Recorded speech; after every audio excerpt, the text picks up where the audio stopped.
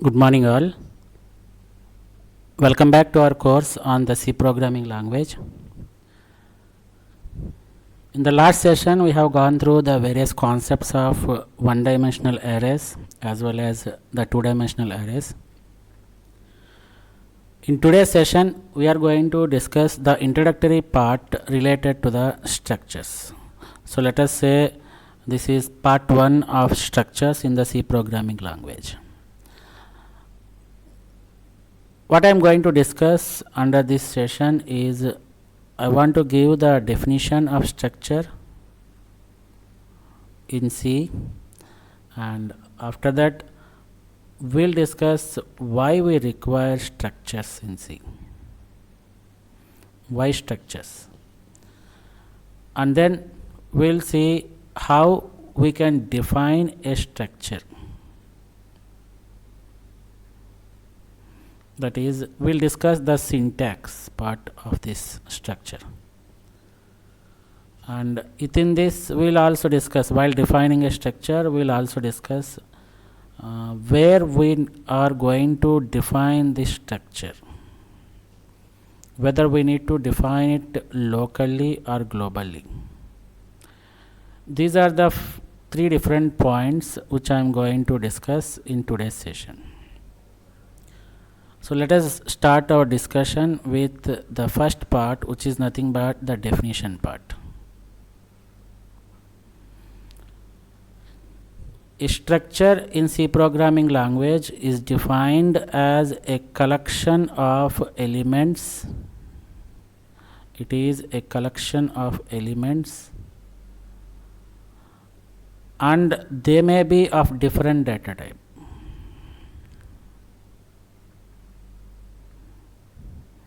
So whatever elements we take under this structure, they may be of different data type or may be of the same data type. But we have a new concept, or we have another concept in C that supports a collection of elements of similar data type, which we are calling it as an array, which we have discussed in the earlier sessions. But here the structure definition is, it is a collection of elements may be of different data types, and they will be called with the common name under same name. So simply we can say that it is a collection of elements under same name, and these elements can be of different data type. This is the definition of a structure in C.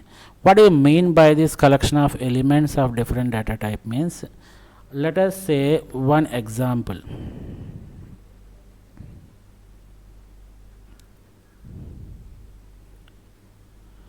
Let us say an entity called a person. This person entity or an object can have many number of attributes. For example, a person may have name, he has date of birth, he has some location or place, or we can specify the gender of that person, and we can specify the salary or some unique, like that. We have so many entities that we can define for this particular entity or object. So this is entity, and these are all attributes.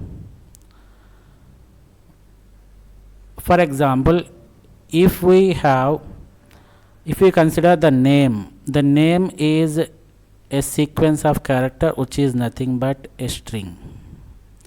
Similarly, if you consider this date of birth, we can take it as an integer value, or we can consider it as a string also. And if you consider place, we take it as a string, and gender we can take it as a single character. For example, if I want to represent gender male, I represent it with M, and if I represent female, I represent it with F. So this is nothing but a character data type. Similarly, if you consider salary, you can take it as an integer data type, or you can consider it as a float. It depends on the application which we are going to do.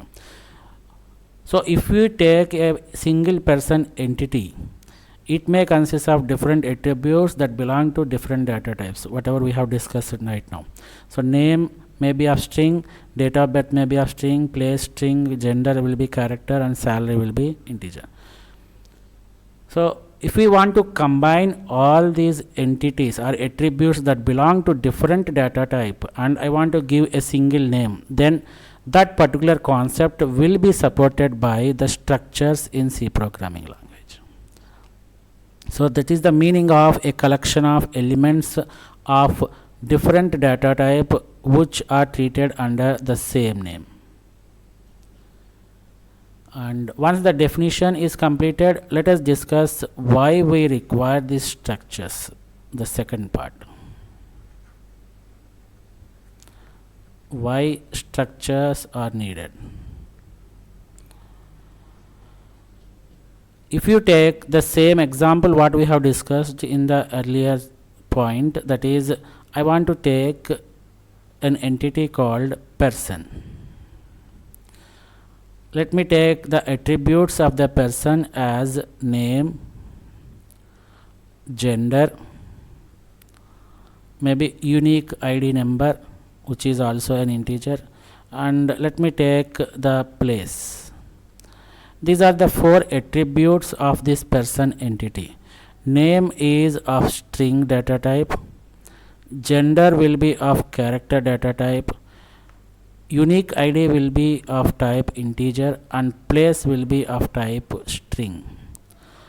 Let us take this example where I want to represent all these attributes of a person.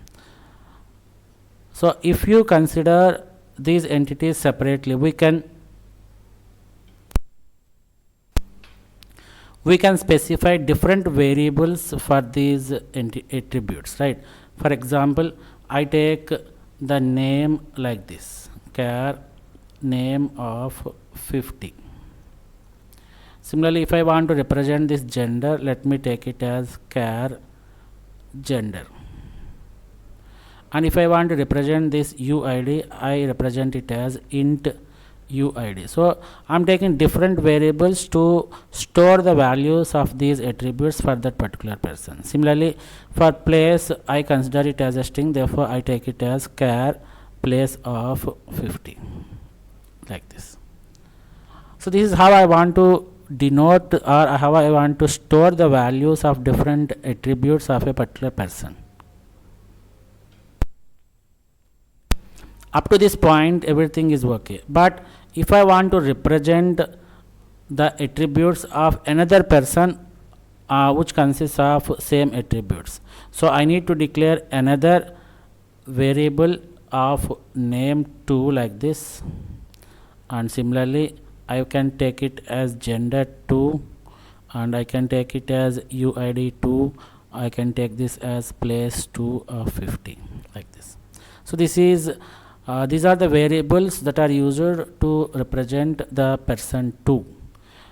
And assume that you have another person, so you have to declare all these variables separately. Assume that you have another person 4, you have to declare all these variables separately for that particular person 4. Assume that you have 50 people or 50 person, you want to represent, or you want to write a program based on persons which are having a count of 50. So you need to declare 50 different variables of name, you need to declare 50 variables of gender, you need to declare 50 different variables of UID, and you need to declare 50 variables of place. And maintaining the program that consists of those many variables, maintaining that those many variables will be a difficult task. It becomes cumbersome for the programmer. So maintenance of these many variables become very difficult in this case. To avoid the maintenance, or to reduce the maintenance of different variables, what we can do is we can simply block all these 4 different variables under single name called person, and whenever you require another person details, you can simply create another variable of type person which already consists of all these 4 variables. Similarly, person 3, it already consists of all these variables. There is no need to declare them externally, or there is no need to maintain them externally. So this is the reason why these structures have been introduced in the C programming language. Remember that the definition is it is a collection of elements of similar elements of different data types which are kept under the same name. The purpose is when we have different entities, different attributes for a particular entity, and when we want to represent more and more entities, we require more and more variables. Maintenance of those many variables will be a very tough task for the programmer. So they have introduced the concept of structures where we can simply combine all these variables under single name, and we can create the structure variables, thereby we can write simple programs. This is the purpose of the structures. Now the last topic of our discussion in this session is how we are going to define a structure. What actually is a defining a structure? So if you consider the data types, these data types are classified into three categories. Those are fundamental data types. The second category is derived data types, and the last category is user defined data types. Under these fundamental data types, we have this int, float, char, and double. Similarly, under this derived data types, we have arrays, and we can give the functions also like that, and pointers. All these things come under this derived data types. And coming to user defined data types, we have structures, we have unions, and we have enumerations. In simple form, we can call it as enums. So the meaning of this user defined data type is it is defined by the user. So the user have to first define what are the attributes that his entity should consist of. After defining his own attributes for that entity, he can make use of those structures or those data types by declaring the variables of the user defined data type. So please remember that the structures come under the category of user defined data types. And for user defined data types, so I told that structures come under user defined data types. What is the meaning of this user defined data type? Means the user has to define the data type first, and then he has to make use of it. So we can assume that this user defined data types consists of two steps. Step 1 is define the structure,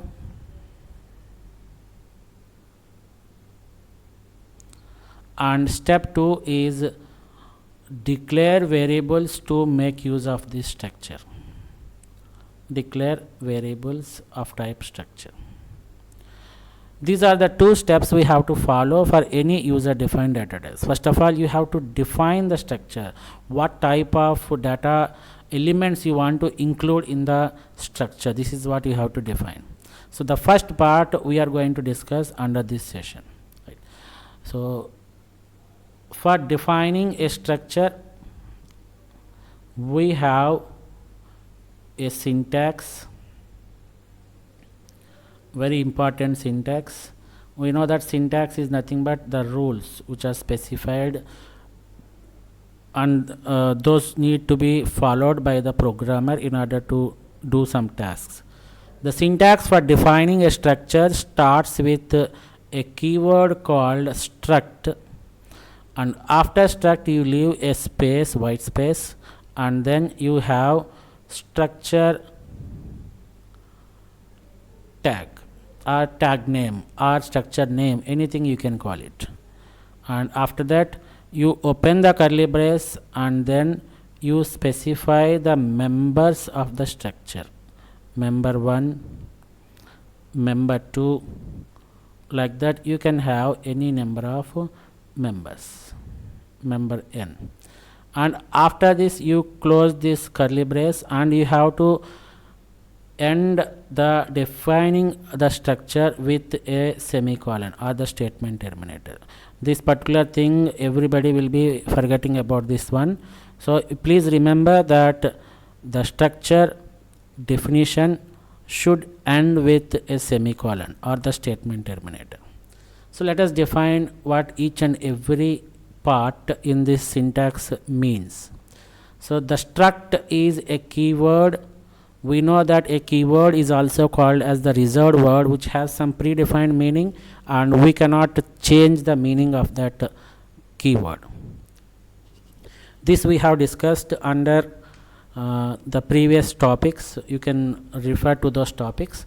But struct is a keyword which is used to define the structure, and this is the first part. And after that we have the structure tag. We can say that this is an identifier. This is an identifier. We are giving the name to the structure. We are giving the name to the structure. So that is the reason why this is called as an identifier, and all the rules that are applicable for this identifiers, what we have discussed in the earlier sessions, will also be applicable for these structure names.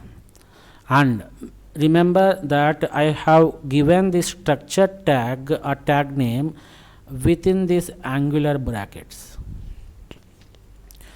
When I specify something inside the angular brackets, it is a notation that it is optional in nature.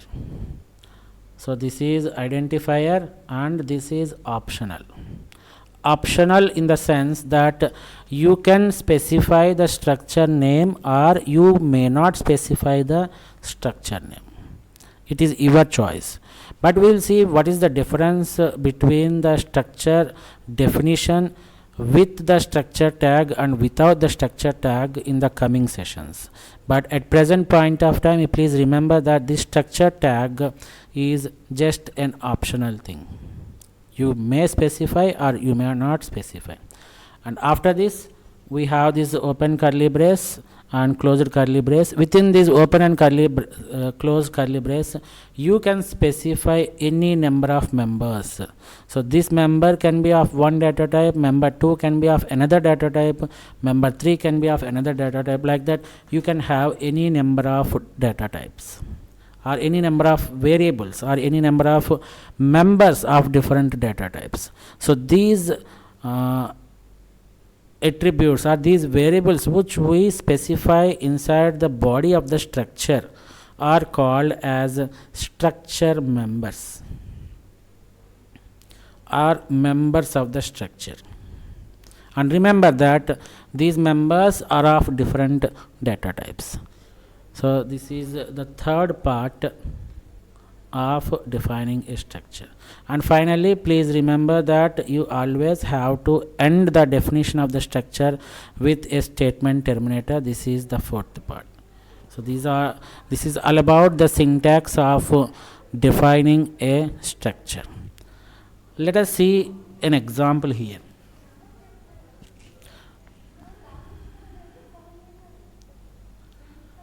In the previous example, let us continue with the same person example. So I want to define or I want to define a structure called person. I know that the syntax starts with struct and the name of the structure what I want to give is person. So these angular brackets are not mandatory. So you can specify or you can specify this structure name or you can avoid this. That's the user choice. But let us continue with the specification itself. So I give the name of the structure or the tag name or the structure tag, anything you can call, is nothing but the person.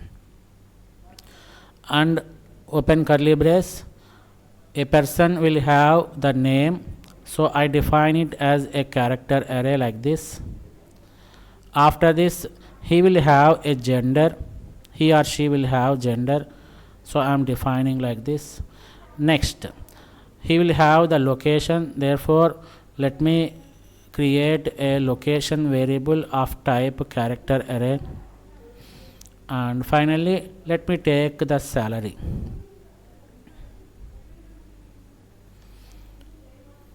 And you end it with a semicolon. So this is nothing but you are defining the structure, your own structure, the user defined structure, which is called as person. So you are creating a new data type. This struct person is called as a new data type. And who has defined this new data type? It is defined by the user. Therefore, this is called as user defined data type. So always remember that structures come under the category of the user defined data types. So you have defined that my structure person or my new data type struct person should have these entities: name, gender, location, and salary. And remember that you have created a new data type. And what is the name of the new data type? You have to specify this entire header part completely. So struct person is the new data type you have created. It's not the person you have created, it is the struct person you have created. So always remember, when you are creating a structure, it meaning that it means that you are creating a new data type, and the name of the new data type is struct person. So this is how you are going to create, or how you are going to define the structure. Very important. You have done with the first part, but remember that this particular definition of the structure will not create any memory. So memory is not allocated. Very important point. Memory is not allocated at the time of defining the structure. So when the memory will be allocated means at step 2, where when you are declaring the variables of the structure, then only the memory will be allocated. This we will discuss in the next coming discussions. But right now you please remember that when you define the structure, you are not going to allocate the memory. That means the compiler will not allocate the memory. This is the only point we have to remember. So this is all about, and finally we end up this session with only one topic, that is where we need to declare these structures. Whether we need to declare this structure global, where we need to define the structure globally or locally. So the point here is you can define the structure globally or locally. Anything is possible. That means, let me take the first case of defining the structure globally. So global part means after this hash include preprocessor stdio.h. This second part, what we make use of in the program, will be called as global declaration part or global part. So whatever you want to do here, everything, whatever you declare here, that is considered to be a global thing. And we know the meaning of global variable or global entity. That means it can be accessed by any function in the program. So once you define the structure globally at the global part, then you can access or you can create variables of that structure anywhere in the program that can be utilized by any function in the program. Right. So let us take this one, struct person, and after this I define various members and I do like this. So this struct person has been defined globally in the global part. So you can make use of it, or you can create variables of this in the main function. For example, in the main function I want to create a variable, you can do it. Similarly, you have another function f1 in the same program. So you can make use of this structure in f1. Similarly, you have f2. you can make use of that structure which is defined globally, that is struct person, in F2 also. Like that, this global structure can be utilized by any function in the program. That is the meaning of globally defining the structure. And coming to the second part, that is local definition of the structure. So here we are not going to declare or define the structure in the global part. Then what you have to do is you can declare it in the main, or you can define it in the main like this: struct person. After this you have different members, and you write so many program lines like this. The meaning of this struct person is you are defining the new data type within the main function. Therefore this is local to the main. Therefore you can only create variables within the main only. For example, you have another function f1 in the same program. You cannot create structure variables of this struct person in f1. Why? Because the struct person is defined locally, which is local to the main function. So main function can only make use of this structure. f1 and f2 or something, any other function cannot make use of this structure, the new data type. So this is the difference between global definition of the structure and local definition of the structure. So remember that you can define the structure either globally or locally. But globally declared structure or globally defined structure can be utilized by any function in the program, whereas locally defined structure can be utilized within that function only. This is the difference between global definition and local definition of a structure. So before ending up this session, let us quickly recap what we have discussed under this structures concept. So in today's session we have started our part 1 of structures. We have gone through the definition, which is nothing but a collection of elements of different data types which are written under the same name. We have gone through an example where we have taken a person entity which consists of different attributes: name, date of birth, place, gender, which belong to different data types. So next we have gone through the concept of why we require these structures. If we don't have the structures, a single entity will having different attributes. When you are dealing with that entity, you need to declare different variables of that entity. When the entities go on increasing, like person 2, person 3, person 4 and so on, the number of variables that should be declared will be more, and maintaining that many variables will be a cumbersome task for the programmer. So for this reason, they have introduced, the authors or the inventors of C programming language has introduced the concept of structures, where we can combine all these attributes into a single entity and you can call it with a single name. So there is a need that you define the structure only once, and you can create any number of variables for that particular structure. So because of this advantage, the structures has very much importance in the C programming language. And then after that we have gone through the defining the user defined data type. We have seen various categories of data types like the fundamental, derived and user defined data types. Structures comes under the category of user defined data type, where we need to define the structure and then declare the variables, structure variables. So under step 1, for defining the structure, we need to use the syntax like struct and the structure tag or tag name or structure name, whatever name you can call it. And after that you use these curly braces, you write the members of the structure, and you end the definition of the structure with a semicolon.